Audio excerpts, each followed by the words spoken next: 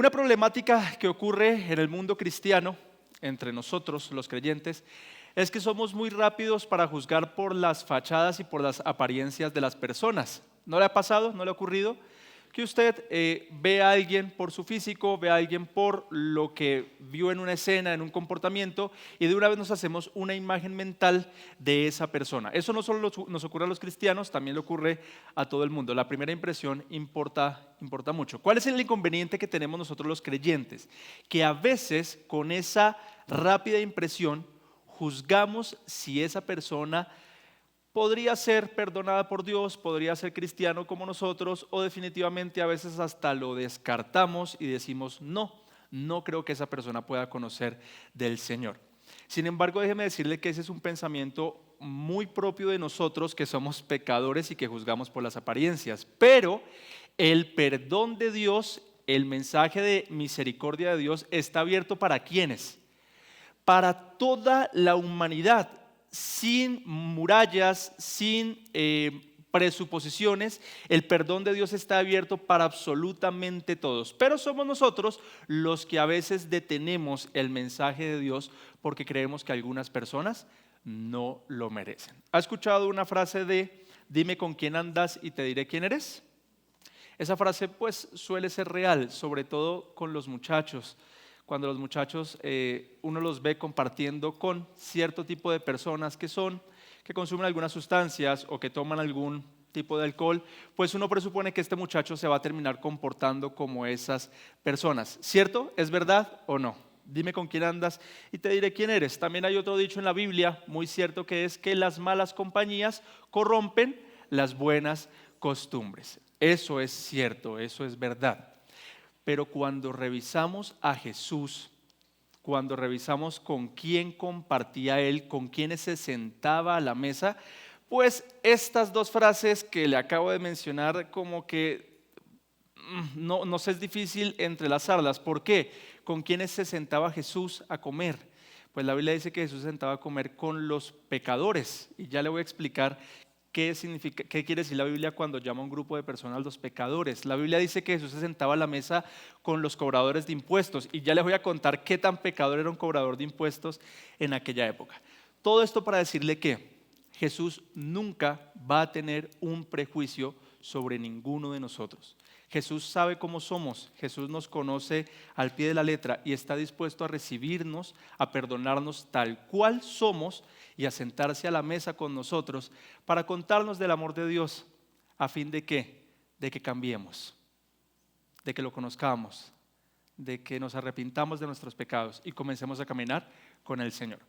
¿Por qué le cuento todo esto? Porque el texto que vamos a estudiar hoy es un encuentro entre Jesús y un gran pecador, y la gente de alrededor cuando vio este encuentro se escandalizó. Dijeron, ¿cómo es posible que Jesús esté sentado a la mesa con esta persona y peor aún con ese grupo de personas? Pues veamos qué es lo que acontece en este texto y cómo podemos aplicarlo hoy en día con los pecadores. ¿Usted es un pecador? Yo soy un pecador y Jesús está dispuesto a sentarse a la mesa conmigo.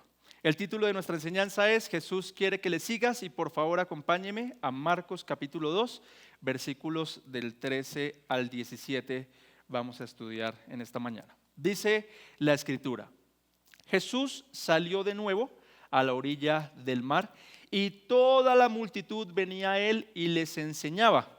Y al pasar vio a Leví, memorices ese nombre, Leví, hijo de Alfeo, sentado en la oficina de los tributos, y ¿qué le dijo?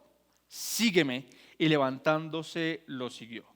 Versículo 15, y sucedió que estando Jesús sentado a la mesa en casa de Leví, muchos recaudadores de impuestos y pecadores estaban comiendo con Jesús y sus discípulos, porque había muchos de ellos que lo seguían. 16, cuando los escribas de los fariseos vieron que él comía con pecadores y recaudadores de impuestos, decían a sus discípulos, ¿por qué él come y bebe con recaudadores de impuestos y pecadores? Al oír esto, Jesús les dijo, los que están sanos no tienen necesidad de médico, sino los que están enfermos. No he venido a llamar a justos, sino a pecadores. por los pecadores ha venido nuestro Señor Jesús. Pues como pudo leer y observar en este acontecimiento, es el encuentro entre dos personas, Jesús y Leví, el llamamiento de Leví. Cuando usted lo busca en su Biblia, así se llama, así tiene esa porción del texto como un subtítulo, el llamamiento de Leví. Voy a enseñarle cuáles son estos grupos de personas que están allí. Encontramos a los recaudadores de impuestos, encontramos a los fariseos, encontramos a los pecadores y en algún punto de la enseñanza me detendré para explicarles quiénes eran estas personas y por qué estaba pasando lo que ocurrió allí. ¿Me permite darle un poquito de contexto para llegar a lo que está ocurriendo aquí? Jesús está en una de las ciudades más importantes de aquella época para la región judía. Se llama Cafarnaúm. ¿Por qué es tan importante? Era una ciudad portuaria, y Herodes, el gobernador del momento, había determinado que en esa ciudad se desarrollaría todo el sistema de aduanas, todo el sistema de cobrar impuestos a los barcos que atracaban en el puerto allí de Cafarnaúm. Entonces eso hacía que fuera una ciudad multitudinaria, una ciudad en la que concurrían bastante número de personas. ¿Ok? Allí está Jesús. ¿Qué acaba de ocurrir antes de esto? Uno de los escenarios más escandalosos para los fariseos. Jesús entra a una casa en Cafarnaúm, le está predicando a la gente y hay un paralítico, ¿se acuerda? Que no lo pueden entrar hasta donde está Jesús y entonces optan por subirlo por el techo y se lo bajan y se lo ponen enfrente de Jesús. ¿Qué buscaban estas personas al poner al paralítico enfrente de Jesús? Que lo curara, que volviera a caminar. Sin embargo, Jesús, estando allí con toda esa multitud, entre ellos algunos fariseos, le dice: hijo, tus pecados te son perdonados. ¿Cómo reaccionaron los fariseos? Los fariseos dijeron: blasfemia, mentiroso, solo Dios puede perdonar pecados. Y se escandalizaron porque Dios le estaba perdonando, porque Jesús le estaba perdonando los pecados a este hombre. ¿Cree usted que eso sería escandaloso, decirle a una persona: Dios perdona tus pecados? Mire, yo creo que uno puede perdonar las ofensas que cometen contra uno, pero uno no es quien para apersonarse de Dios y decirle: no, Dios te está perdonando actualmente por los pecados que cometiste contra Él. Es una idea un poco extraña y por eso los fariseos se alarmaron por esto que acababan de escuchar. Pero Jesús, quien es Dios, Él tiene potestad para perdonar los pecados aquí en la tierra. Y les dice a los fariseos lo siguiente: ¿qué es más fácil? ¿Decirle a Él que tus pecados te son perdonados o levántate y anda? Un silencio ahí en medio de la multitud y Jesús le dijo: pues a ti te digo, levántate y anda. Y el paralítico coge su camilla, se pone en pie y da voces saltando y alabando al Señor y fue curado allí en medio de toda esa multitud. Por muy grande que fuera Cafarnaúm, era como un pueblito pequeño hoy en día en población, es decir que los rumores corrían muy rápido y más cuando Jesús había sanado a este paralítico. ¿Qué rumor corrió? ¿Qué fue la información el chisme que se corrió en el pueblo? Que Jesús le había perdonado los pecados y que lo había curado. Muy bien, la gente está alarmada por esto, el pueblo ya sabe que allí está Jesús, que acaba de ocurrir este acontecimiento y allí, después de ese acontecimiento que le estoy narrando, es donde nos sitúa el versículo 13 de Marcos. ¿Por qué? El versículo 13, regálame el versículo 13, dice que Jesús salió de nuevo a la orilla del mar. Es decir, Jesús hace ese milagro, ya la gente está alborotada y Jesús sale a la orilla del mar. ¿Cuál es este mar? Es el mar de Galilea. Realmente no es un océano, realmente no es algo muy grande, sino que es un lago de unos 53 kilómetros de circunferencia, bastante grande, pero todos los israelitas, los judíos, centraban su economía alrededor de este cuerpo de agua. Y allí salió Jesús al mar y nos cuenta Marcos que toda la multitud venía a él y les continuaba enseñando. ¿De qué les enseñaba Jesús? ¿De qué les hablaba Jesús?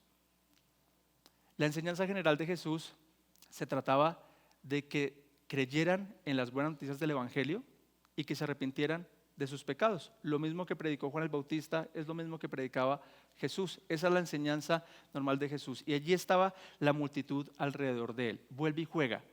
Esta multitud, ¿quiénes eran? ¿Por quiénes estaban conformados? Por pescadores de la zona, por gente del común, trabajadores, gente que habitaba allí en Cafarnaúm, también estaban los fariseos, los religiosos, y de pronto uno que otro guardia romano que estaba supervisando lo que estaba ocurriendo. Pero Jesús les estaba enseñando a toda esta multitud. Ese es el contexto que necesito darle para narrarle lo que va a pasar a continuación. Acompáñeme en su material, por favor, y escriba en el primer punto: un seguidor de Jesús le obedece.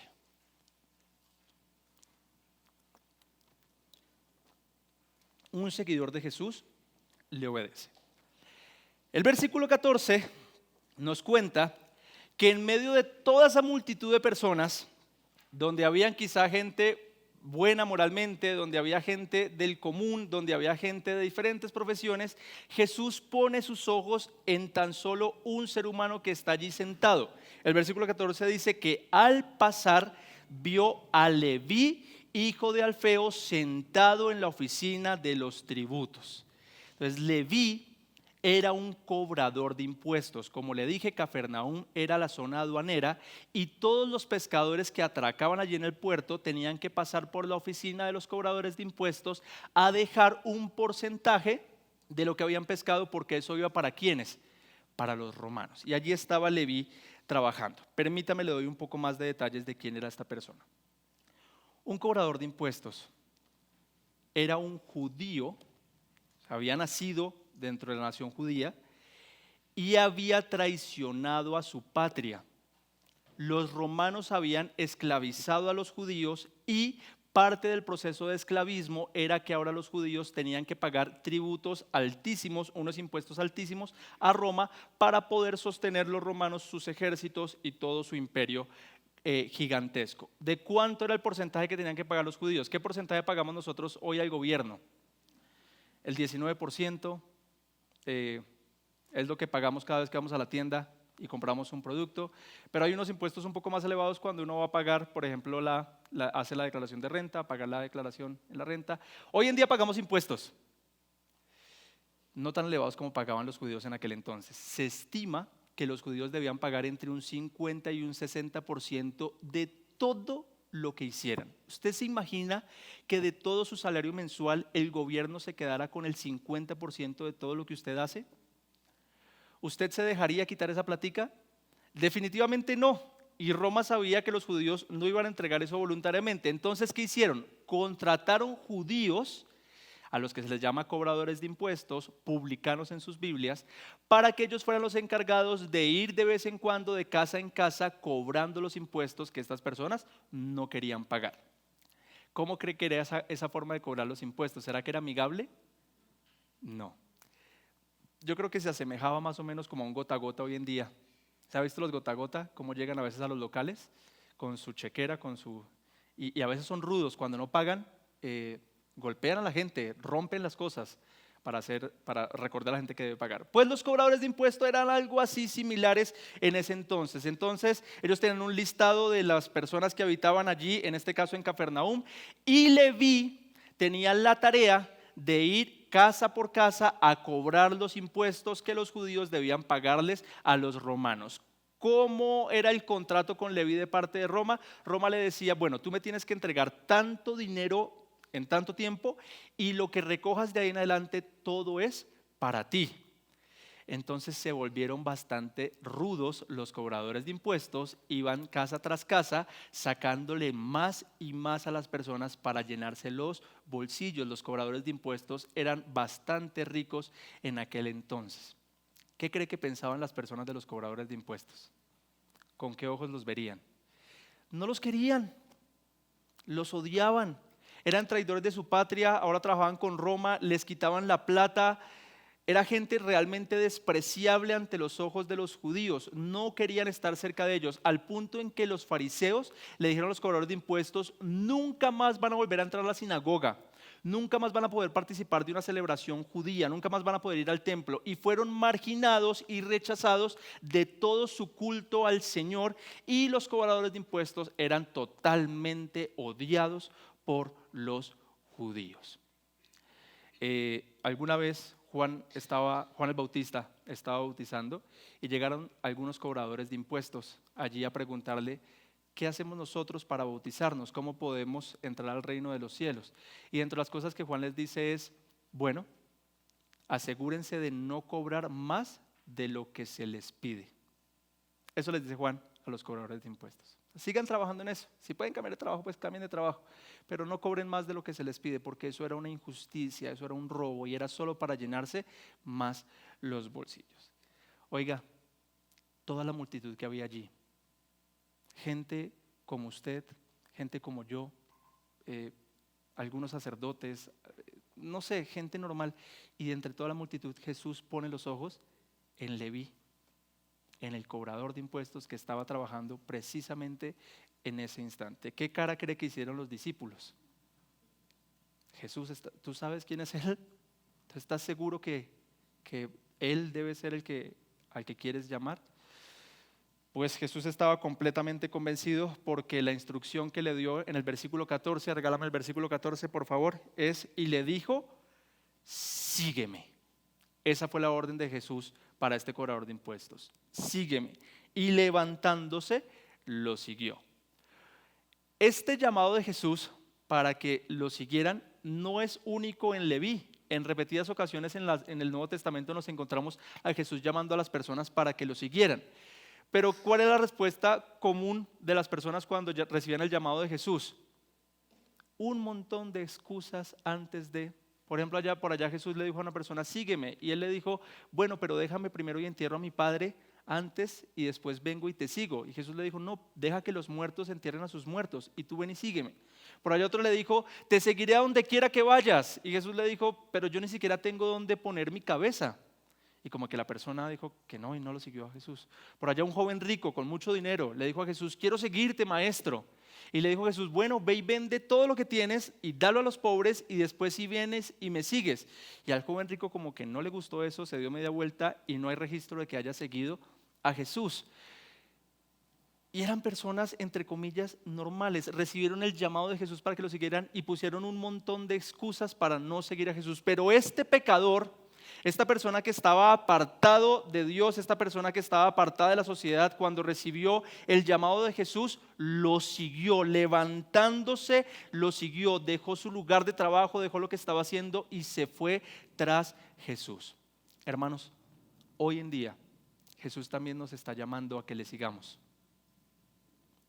Y hay muchos que aunque asisten a la iglesia, que aunque tienen una vida religiosa aparente, no lo están siguiendo.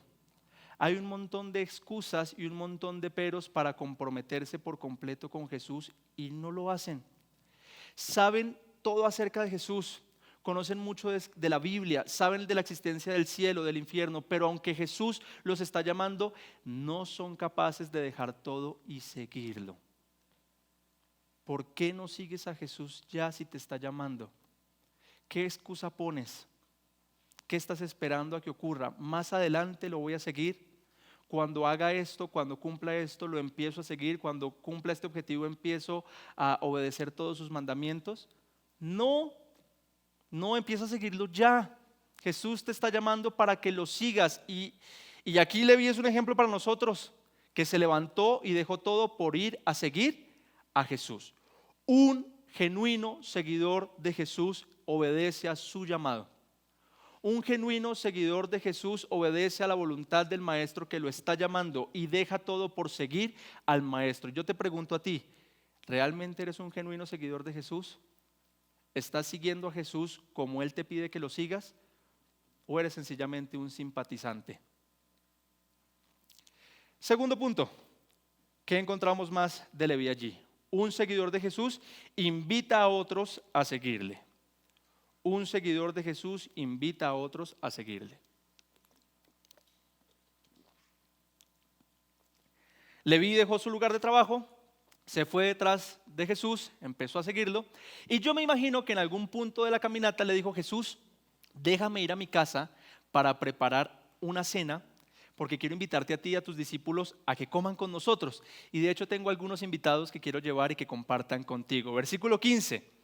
Y sucedió que estando Jesús sentado a la mesa en casa de Leví, Muchos recaudadores de impuestos y pecadores estaban comiendo con Jesús y sus discípulos porque había muchos de ellos que lo seguían.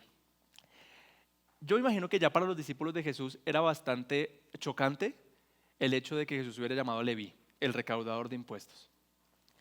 Ahora, Él les hace una invitación a la casa que coman y cuando ellos llegan a la mesa, cuando ellos entran y ven a la mesa, ven que hay más invitados, más recaudadores de impuestos y lo que la Biblia llama pecadores. ¿Cuál cree que habrá sido la cara de Jesús cuando ve a estas personas? Yo me imagino a Jesús alegre. Hay más personas aquí con las que puedo compartir, con las que puedo conversar. ¿Y se imagina la cara de los discípulos? Aquí hay personas con las que no quisiéramos compartir, con las que no quisiéramos estar. Los judíos eran muy celosos en invitar a alguien a comer a su casa porque las mesas de aquel entonces no eran como las mesas de hoy en día. Nuestras mesas de hoy en día en promedio tienen una altura de 70 centímetros, las piernas van debajo de la mesa y cada quien está en su lugar y no hay ningún problema. Las mesas en aquel entonces eran casi que a la altura del piso, las separaban unos 20 o 30 centímetros. Es decir que la postura para sentarse a comer a la mesa era de estar reclinado con las piernas hacia un costado y con el torso cercano de la otra persona que estaba allí sentada. En aquel entonces no usaban zapatos, usaban sandalias. Los caminos no eran pavimentados. ¿Cómo eran los caminos? Polvorosos. Entonces usted se imagina cómo eran los pies de esas personas en aquel entonces. ¿A usted le dan asco los pies? Imagínese los pies de una persona en aquel entonces. Entonces invitar a alguien a comer, a sentarse a la mesa, tenía que ser alguien de confianza porque iban a estar realmente cerca. Y Leví invita a Jesús y me imagino que la cena era algo similar a estas imágenes que usted ve allí en pantalla. ¿Ve lo cerca que están los pies de la comida? ¿Usted se comería eso? Normalmente le pagaban a un esclavo, no le pagaban, tenían un esclavo a la entrada que lavaba los pies de las personas que iban entrando para que fuera un poco más higiénico el tema de la comida.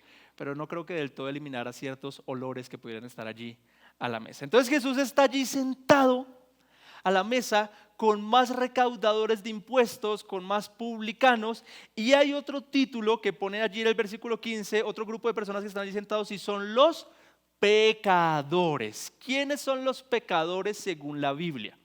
Pues podemos deducir que eran amigos de los publicanos. Y como le dije, los publicanos, los cobradores de impuestos, habían sido marginados por la sociedad, habían sido rechazados, y entonces ellos ¿con qué tipo de personas podían compartir? Con personas a las que a usted no les gustaría que su hijo estuviera con ellas. Posiblemente habían drogas en ese entonces, había comercio ilegal de sustancias ilícitas.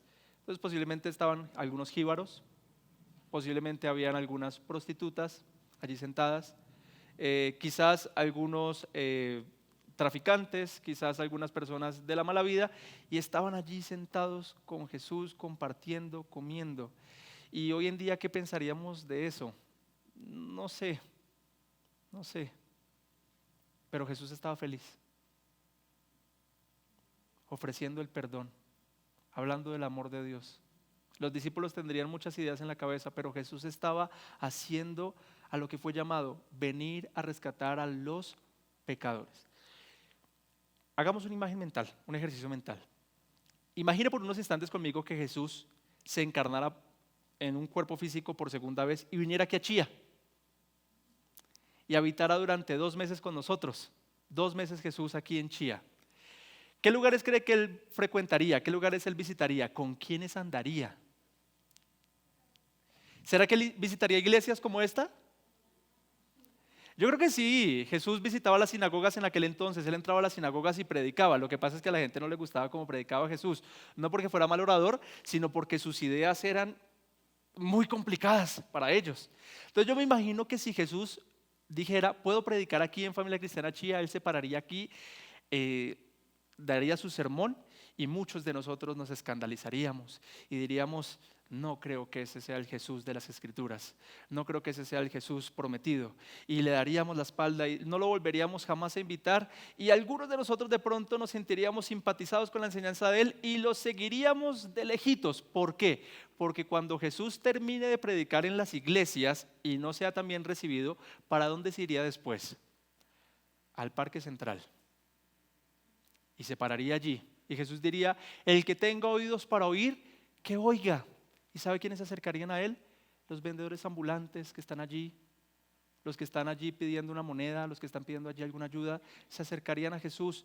Quizás el jíbaro que está allí vendiendo drogas se acercaría a Jesús. Las personas que están quebradas, mire, esas personas, no me malinterprete esta frase, pero esas personas de ese mundo saben que son pecadoras, saben que están mal, saben que necesitan ayuda. Ellos saben, ellos sienten que el mundo les ha dado la espalda y que están solos allí y que no pueden salir de allí. Y cuando viene alguien con un mensaje de esperanza, de amor, ellos acuden a él porque saben que necesitan ayuda.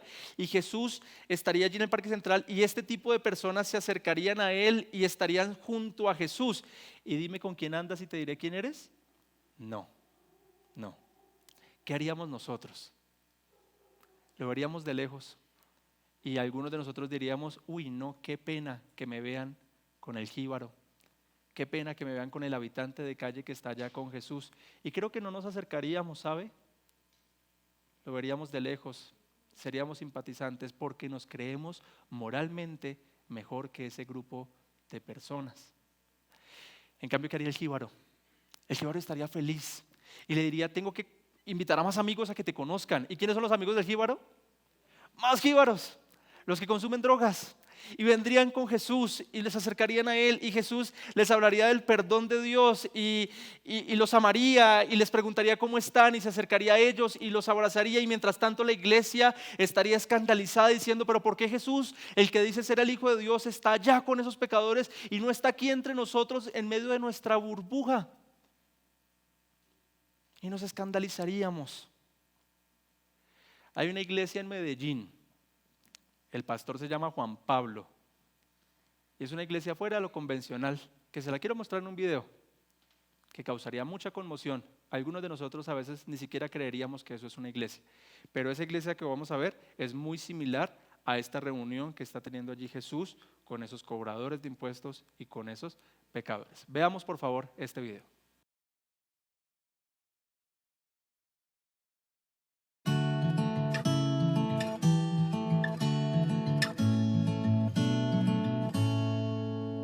La iglesia de Juan Pablo queda en el centro de la ciudad. El templo son 2 andenes y una banca de parque. Es el altar, un par de ujieres sin dientes chupan pegante al entrar. Y el grupo de alabanza ni una maraca sabe tocar. La iglesia de Juan Pablo podría escandalizar. De toda la membresía, tan solo él llega en sobriedad. Los ve y apenas suspira y sigue hablando de Dios. Les lleva pan y canciones y ellos le dicen pastor.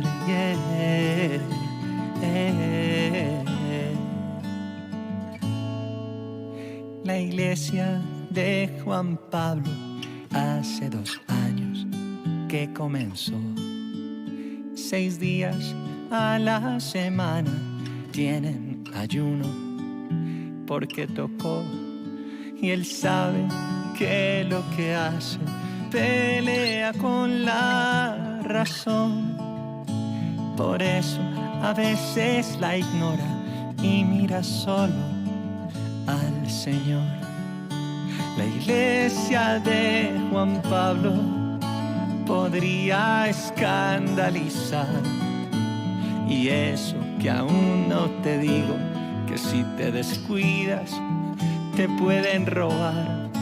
Y así te suene alocado Juan Pablo vive feliz, llevando el amor de Cristo a los indigentes de Medellín.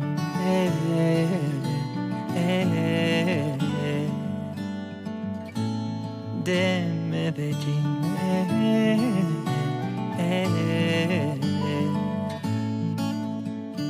Gracias.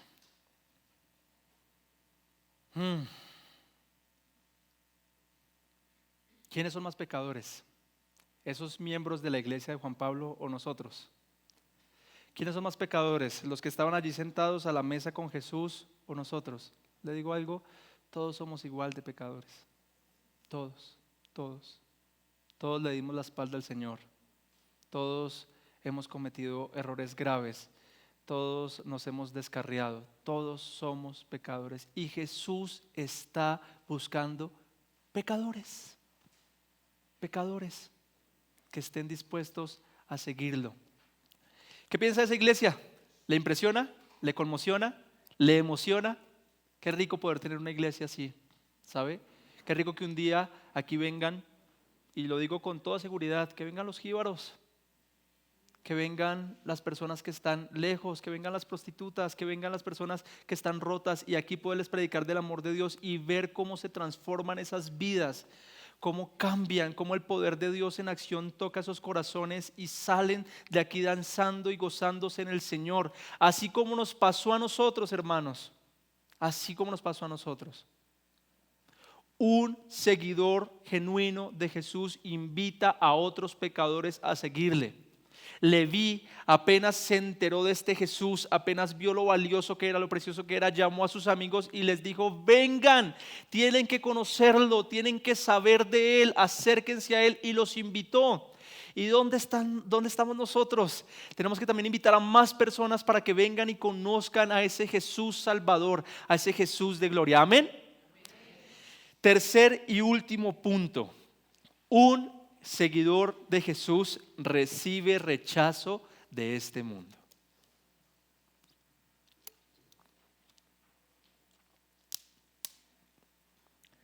Versículo 16.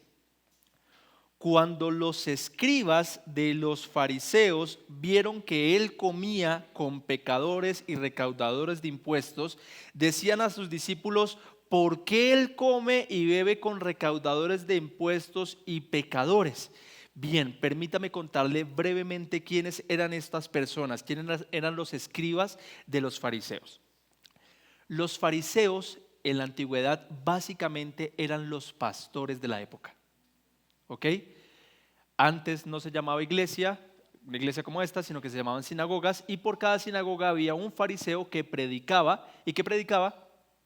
La palabra de Dios, el Antiguo Testamento. Le enseñaba lo que estaba allí escrito. Esos eran los fariseos. Los fariseos solían saber bastante de las escrituras, pero había un grupito que estaba por encima de ellos, que eran los escribas de los fariseos, que son los que están aquí. ¿Por qué los escribas de los fariseos conocían tanto o sabían tanto de las escrituras? Porque ellos tenían la titánica tarea de transcribir la Biblia manualmente de pergamino a pergamino. Entonces, de tanto hacerlo, se la memorizaban, sabían dónde estaban escritas algunas cosas, conocían la ley de Dios y sabían mucho acerca de las escrituras, pero estaban lejos de Dios. Estaban lejos de Dios. Entonces, estos religiosos que se supone que estaban cerca de Dios en el papel, realmente se escandalizaron cuando Jesús, el supuesto Hijo de Dios, ahora estaba sentado no con ellos a la mesa, sino con un grupo de personas que ellos consideraban que no hacían parte del plan salvífico de Dios. ¿Por qué? Porque los fariseos decían que para ser salvo tú debías cumplir todas las normas de la ley. Todas. Cada mandamiento de la escritura debías cumplirlo para llegar a ser salvo. ¿Alguno podía hacer eso? No, ni siquiera ellos tampoco. Pero entonces, ¿sabe qué hacían? Se ponían un disfraz, una máscara, una fachada para mostrarle al pueblo que supuestamente ellos sí lo hacían. y ponían una barrera enorme entre ellos y el pueblo y llamaban al pueblo como unos pecadores que estaban apartados de Dios y que para poder salvarse, que para poder llegar a ser tan santos como ellos tenían que hacer ciertas penitencias, tenían que cumplir ciertos ritos, entre ellos ofrendar, llevar dinero a la iglesia. ¿Alguna similitud con lo que vemos hoy en día? Claro que sí, claro que sí. Y entonces le ponían cargas a las personas enormes y las personas no podían acercarse a Dios por toda esta imposición de los fariseos. Entonces los fariseos en sus mentes pensaban en los recaudadores de impuestos y en los pecadores como algunas personas que nunca podrían estar en los caminos del Señor. Eran personas que ya estaban totalmente depravados, eran personas que ya estaban totalmente lejanas, que no había oportunidad de salvación para ellos. Y por eso se escandalizaron. Y la pregunta, ¿a quién se la hicieron? No fue a Jesús directamente, a los discípulos. ¿Cuál fue la pregunta? ¿Por qué Él come y bebe con recaudadores de impuestos y con pecadores? ¿Sabe qué me sorprende? Que no encontramos una respuesta de los discípulos allí. Es como si los discípulos también le hubiesen dicho, no sabemos. Pero Jesús escuchó y salió con una respuesta preciosa, una respuesta que nos afecta a usted y a mí. ¿Cuál fue la respuesta? Al oír esto, Jesús les dijo: los que están sanos no tienen necesidad de médicos, sino los que están enfermos. No he venido a llamar a justos, sino a pecadores. ¿Le vieron pecador? Totalmente. Y tuvo un encuentro con Jesús. Dejó todo por seguir a Jesús. Y ese encuentro con Jesús lo transformó, lo cambió completamente, al punto en que Jesús le cambia el nombre. ¿Sabe cómo se va a llamar Leví de aquí en adelante? Se va a llamar Mateo. Y va a ser uno de los 12 discípulos de Jesús. Ese gran pecador ahora estaría dentro del grupo cercano del Señor Jesús. Y Mateo será tan influyente que tendrá un evangelio en las Escrituras, el evangelio de Mateo. Y lo veremos predicando en Hechos de los Apóstoles y entregó por completo su vida a Jesús, y al punto en que fue martirizado por causa de Cristo. Pero ese encuentro, esa cena con Jesús, ese momento en donde Leví dijo: dejo todo por Jesús, transformó su vida completamente. Y lo mismo te puede ocurrir hoy a ti. Yo no sé qué tan pecador creas que eres, yo no sé si tú piensas que Dios nunca te va a perdonar todo lo que has hecho, pero Jesús está buscando a gente como tú, gente rota, gente dolida, gente que piensa que no tiene salvación, para sentarse a la mesa con Él, cambiar del nombre de ser necesario y transformar tu estilo de vida, transformar tu vida. La Biblia dice que nos llamó de muerte a vida. La Biblia dice que el evangelio es tan poderoso que nos salva. La Biblia dice que el que mentía ya no mienta más, que el que robaba ya no robe más, que el que cometía cierto pecado ya no lo haga más por causa de Cristo. Un encuentro con Jesús es lo que todos nosotros necesitamos para cambiar nuestra vida. Y Jesús te está llamando para que lo sigas. ¿Estás tú dispuesto a seguir a Jesús hoy? ¿Estás dispuesto a aceptar el llamado que Él te está haciendo y a dejar todo tu estilo de vida por enfocarte en Él y vivir para Él? Es lo mejor que te puede pasar. Es lo mejor que te puede pasar. Deja todo y sigue a Jesús. Entrega tu vida a Cristo y reconócelo a Él como tu Señor. Le animo a que se ponga en pie, por favor, y oramos juntos al Señor.